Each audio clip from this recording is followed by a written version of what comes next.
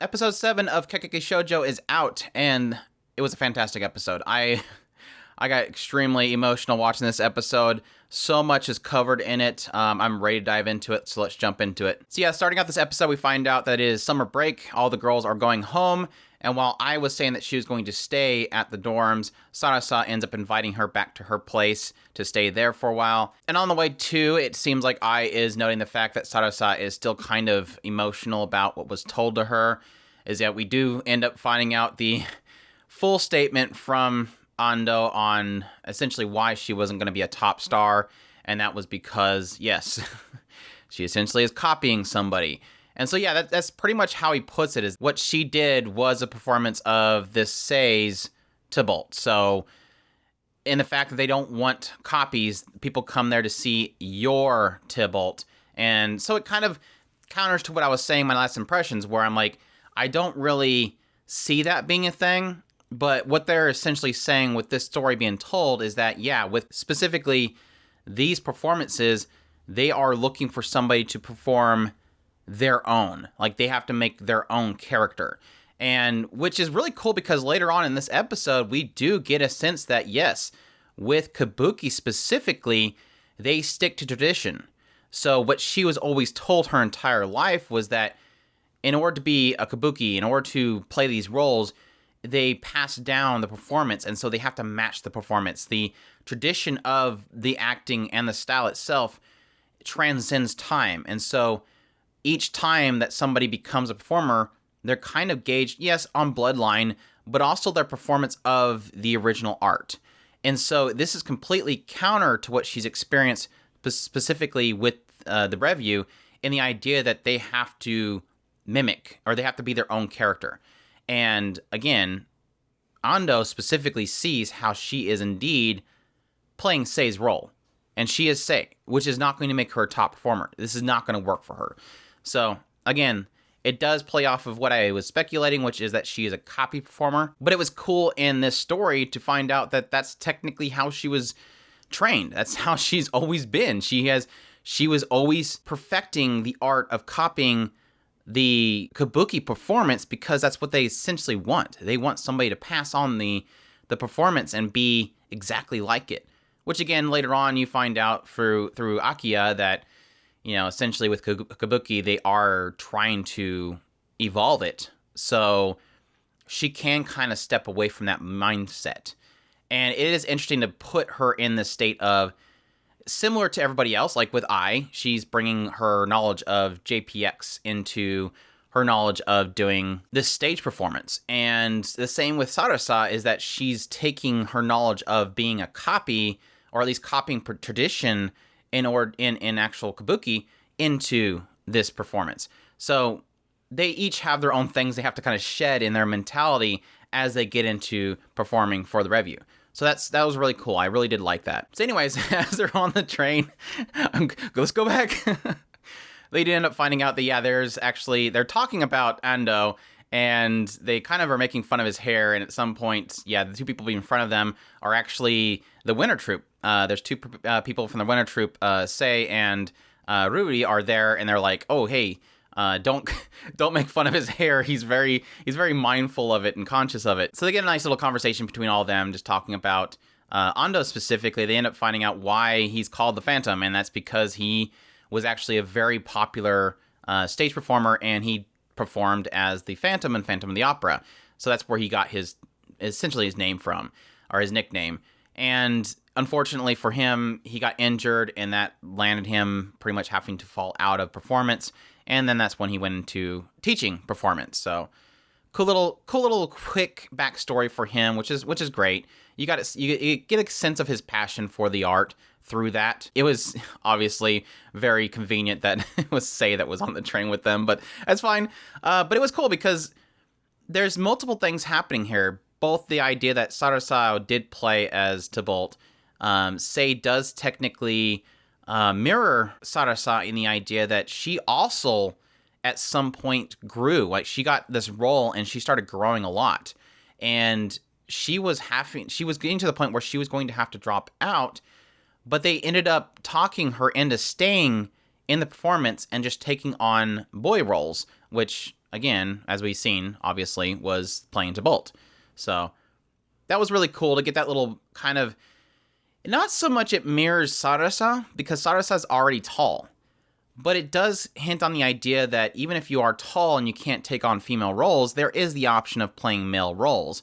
But again, Sarasa's, her whole storyline is that she wants to play a female role that she looks up to. So I don't see that being the case, but it at least gives us perspective of somebody else dealing with the same situation, but finding somewhere to stay either way. So after this whole scene, we get Sarasa and I arrive at her home, get to see the grandpa, and everybody in the neighborhood apparently hears about this, and everybody's showing up.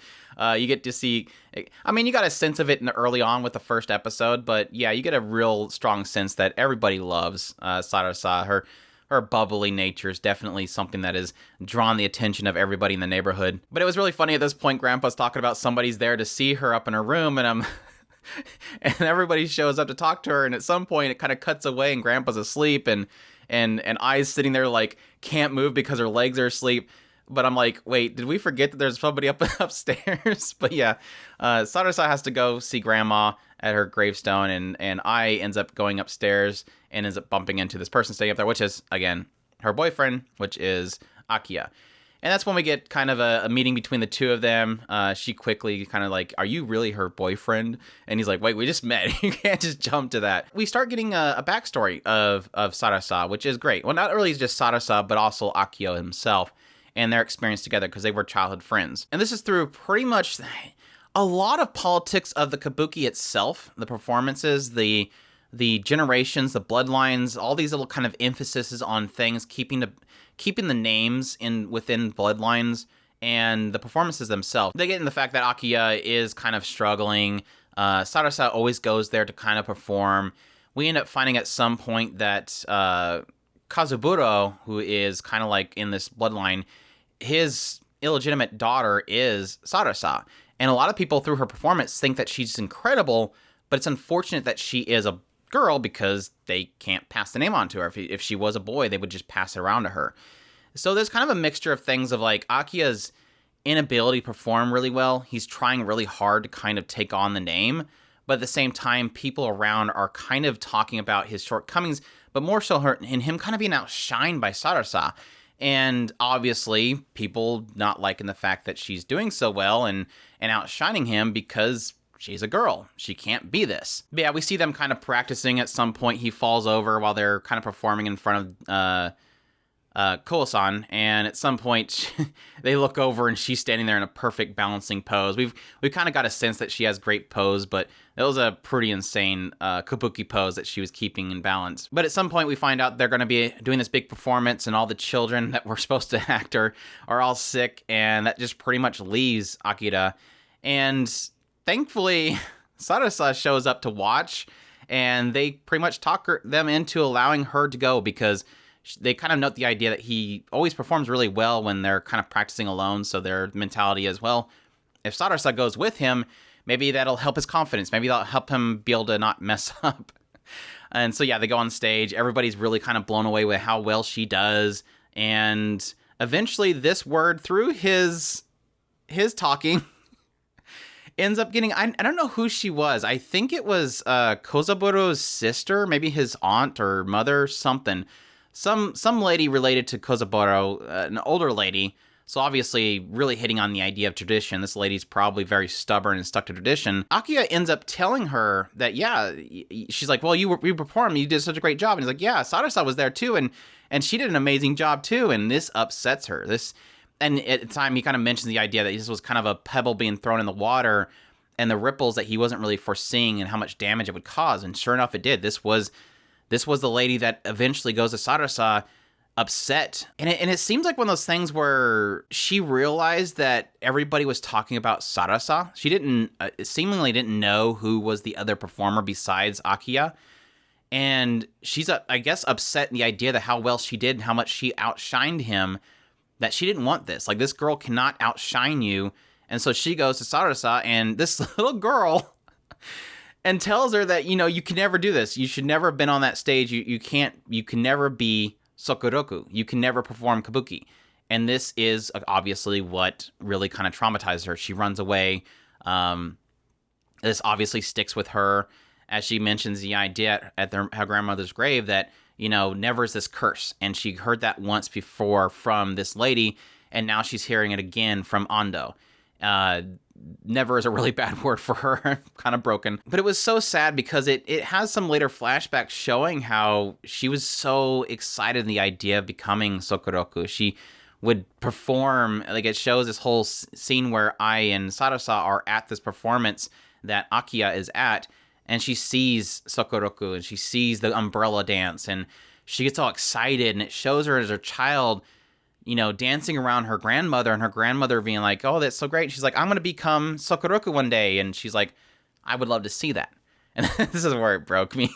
This is where I got very emotional watching this episode, because it's like that moment of, she never was able to show her grandmother that. That was what she wanted to show her grandmother. And she never got the chance to. Which I think most people would probably be able to relate to something like that, wanting to meet your family's expectations and not being able to do that before they pass on. But yeah, that got me, it's getting me all emotional right now. That got me really emotional. But yeah, this happening, Sarasa obviously does not want to go back to the dancing school. The grandfather ends up showing up and completely ripping into Kozabaru. Pretty much the idea that, I sent her here to learn dance. I didn't send her here to be traumatized. She'll never be around here again. I'm never going to allow her back here. Ends up talking to Akiya as he leaves and apologizes for the fact that he'd yelled and obviously scared him. Sadly, shortly after this, her grandmother passes away. They end up paying their respects from a distance. And yeah, that kind of settles that. She just kind of moved away from Kabuki and moved on with her life, unfortunately. And it does seem like, based on, because Akiya does give her these tickets to come see him perform the Kabuki, and she's like, I'm not allowed to go there. And he's like, I got with your grandfather, and he allowed it. It's like, he's literally not just going to training. He didn't want her anywhere near Kabuki, or at least them, because of what happened to her. So. Pretty sad stuff. But again, during this whole transition, or this whole segment where he gives her the tickets, this is where he does mention the idea of, look, you always believe that, or it is this mindset that Kabuki has to be a passing on of this legacy, and it has to be a copy of it as close as possible to its nature, and never to lose its form, essentially. But that's when he kind of mentions the idea of, and I think he said the Edo period, they decided to start adding these scenes of his emotions, and so it is technically something that is evolving over time and changing its form. So again, that kind of relates to Sarasa's mentality of her performances of, say, Tybalt, in that she can kind of shake that mentality that this can evolve into what you are. Again, similar to what Ando is telling her, make it you. It has to be your Tybalt, or whatever you're performing as. But yeah, that's pretty much what wrapped up the episode. Just so many good points in this episode. Just finally getting a perspective of who Akiya is, who Kozabaru is, because I technically made fun of it in my last impressions, and the idea of like, I guess, okay, this is supposed to be her boyfriend. I don't know who these two people are. I knew that they were part of the Kabuki, some sort of Kabuki stuff that she was involved with when she was back in her hometown. So I knew technically what they were to her. I just didn't really know much about her. So it seems like the show itself decided to answer my questions and going, okay, well, let's tell you all about these two and really get into her backstory and everything she's gone through. Really get into what this rippling effect happened that really pushed her away from Kabuki and ultimately into the review spotlight. So definitely a lot of really emotional points. Definitely a lot of impact upon Sarasa and how she sees her performance. I am really curious how quickly they're going to transition to her becoming her own thing, because obviously this seems like something that she's really good at. Is, okay, cool point, and this is something I really respect if they did this, is the whole, again, I made it into a trope. I pointed it out as a trope, and the idea that of the copy character. There's a lot of anime that have characters who do fantastic work, but they're always, because they're really good at copying. And one story beat that always comes from those characters is copying doesn't do good. You need to stop copying to make it your own. And sadly, a lot of those cases, it's like they're terrible at not copying. So I'm curious if it's just a mentality that she thought that she had to copy, but she's still excellent at creating her own character. In which case, does that mean, are we going to see the next couple episodes, Sarasa is struggling to make her own character and she's terrible at it? She's always been good at copying but not being her own? Or is it going to be one of those things where, okay, well, pivot, yeah, she's still amazing, and she does it. I hope. I hope, again, it strays away from those typical tropes and it doesn't become a thing of like, well, she was only good because she copied. She could still be good. She could still make it her own. But does she have her own personality? Does she have her own... She has her own personality. She's bubbly. She's energetic. She's happy. Is she going to bring that into her characters? Are we going to have a really happy Tumult or what? Anywho, this episode went on way too long. I hope you guys enjoyed my impressions of this episode. Episode 7 of Kageki Shojo. Excellent episode. So excited for more. Hope you guys enjoyed. If you did, leave a like down below. Comment. Let me know what you thought of the episode. Subscribe if you haven't already. Consider supporting us on Patreon if you can. And y'all take care.